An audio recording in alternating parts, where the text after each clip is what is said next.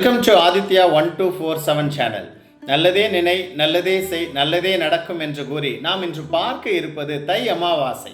எங்களோட சேனல் இதுவரை யாரும் சப்ஸ்கிரைப் பண்ணலன்னா சப்ஸ்கிரைப் பண்ணி லைக் பண்ணி கமெண்ட் பண்ணுங்க. தை அமாவாசை 2025 எப்போது வருது? முன்னோர்களுக்கு நாம் எதற்காக தர்ப்பணம் கொடுக்கிறோம்? அமாவாசைகளில் மிகவும் முக்கியமான அமாவாசைகளில் ஒன்றாக இருக்கும் தை அமாவாசைக்கு பல்வேறு சிறப்புகள் உள்ளது. சிவபெருமான் காலனை சம்ஹாரம் செய்து மார்க்கண்டேயருக்கு சிரஞ்சீவி வரம் அளித்தது. அன்னை அபிராமி பட்டருக்காக தை அமாவாசை அன்று முழு நிலவை காட்டியது அனைத்தும் திருக்கடையூரில்தான். இங்கு தை அமாவாசை அன்று விழா எடுத்து மிகச் சிறப்பாக அபிராமி அமாவாசை அன்று நிலவு காட்டிய உற்சவம் நடைபெறும். அமாவாசை என்றால் என்ன? அமாவாசை என்பது பொதுவாக நம் முன்னோர்களை வழிபடுவதற்குரிய நாளாகும். சமஸ்கிருதத்தில் அமா என்றால் ஒன்று சேருவது, வாஷ்ய என்றால் வசிப்பது என்று பொருள். அதாவது அமாவாசை என்பது முன்னோர்கள் ஒன்று சேர்ந்து பூமிக்கு வரும் நாளாகும் என்பதை குறிப்பிடுவதே அமாவாசை ஆகும். இந்த நாளை அமாவாசை என குறிப்பிடுகிறோம். மாதத்தின் மத்தியில் வரும் திதியாக அமாவாசை உள்ளது. தமிழ் மாதங்களில் 10வது மாதமாக வரும் தை மாதத்தில் வரும் அமாவாசை மிக மிக முக்கியமானதாக கருதப்படுகிறது. முன்னோர்களின் ஆசியை நாம் பெறுவதற்கு மிகவும் ஏற்ற அமாவாசை நாளாக தை அமாவாசை கருதப்படுகிறது. பித்ரு தோஷம் நீங்கி ஆரோக்கியம், செல்வம், வெற்றி, மகிழ்ச்சி, அமைதி ஆகியவை கிடைப்பதற்கு வழிபட வேண்டிய நாளாகவும் தை அமாவாசை கருதப்படுகிறது. அமாவாசை விரதம். மாதந்தோறும் அமாவாசை திதி வந்தாலும் தை, ஆடி மற்றும் புரட்டாசி மாதங்களில் வரும் 3 அமாவாசைகள் மிக மிக முக்கியமானதாக கருதப்படுகிறது. மற்ற அமாவாசைகளில் விரதம் இருந்து முன்னோர்களுக்கு தர்ப்பணம் கொடுக்க தவறி இருந்தாலும் இந்த 3 அமாவாசைகளில் கண்டிப்பாக முன்னோர் வழிபாட்டினை முறையாக மேற்கொள்ள வேண்டும் என சொல்லப்படுகிறது. இவற்றில் தை அமாவாசை என்பது தை மாதம் துவங்கி ஆனி மாதம் வரையிலான உத்தராயண காலத்தில் வரும் முதல் அமாவாசை ஆகும். பித்ரு தோஷம், பித்ரு சாபம் நீங்க வேண்டும் என்பவர்கள் தை அமாவாசையில் முன்னோர் வழிபாட்டினை தவறாமல் மேற்கொள்ள வேண்டும்.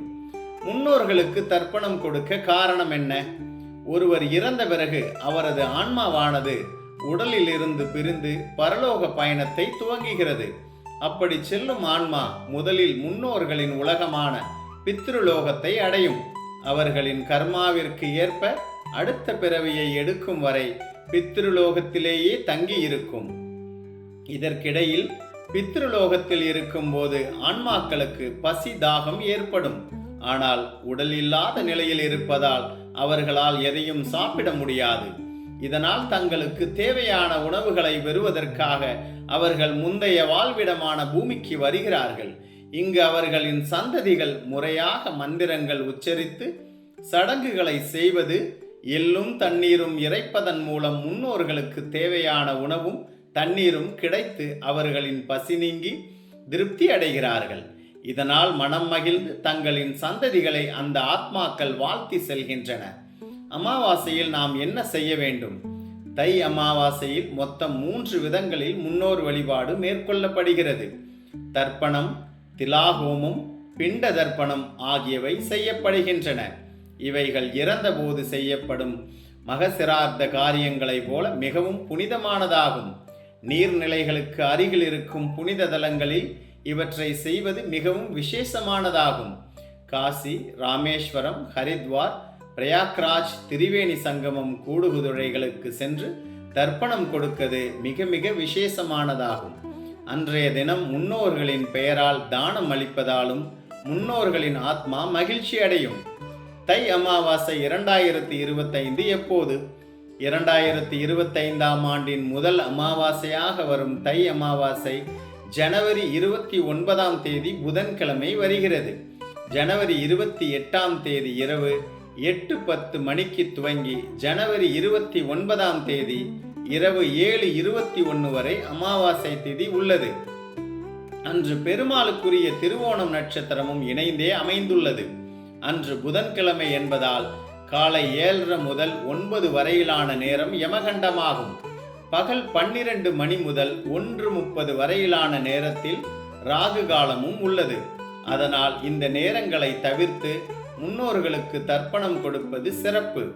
பொதுவாக தர்ப்பணம் கொடுப்பவர்கள் உச்சி காலத்திற்கு முன்பாக தர்ப்பணம் கொடுத்துவிட வேண்டும் என்பது நியதி.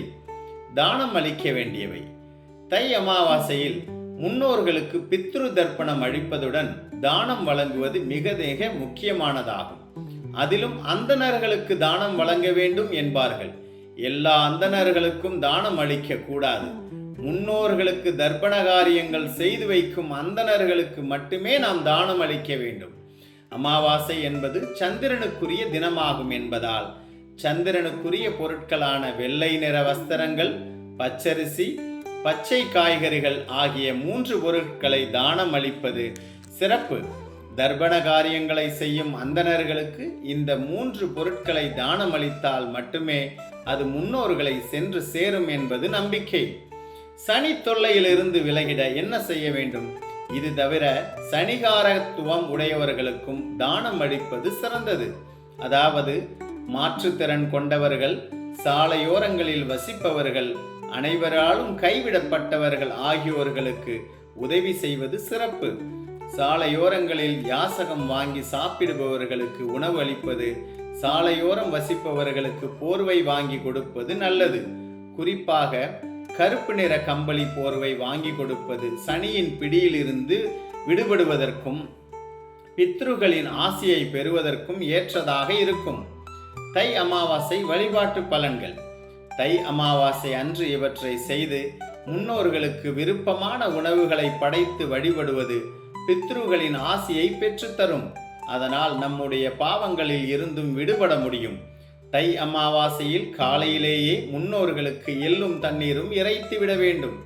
இது அவர்களை திருப்தி அடைய செய்யும் என்பதால் நம்முடைய பாவங்கள் மட்டுமின்றி நமக்கு முந்தைய தலைமுறையில் இருந்தவர்கள் செய்த பாவங்கள், பித்ரு காரியங்கள், செய்யாமல் விட்ட குறைகள், தவறுகள் ஆகியன நீங்கி நன்மைகள் அதிகரிக்கும் என்பது ஐதீகம். எங்களோட சேனலை இதுவரை யாரும் சப்ஸ்கிரைப் பண்ணலைன்னா சப்ஸ்கிரைப் பண்ணி, லைக் பண்ணி, கமெண்ட் பண்ணுங்க. நன்றி, வணக்கம். சப்ஸ்கிரைப் பண்ணுங்க, லைக் பண்ணுங்க, எங்களுக்கு சப்போர்ட் பண்ணுங்க.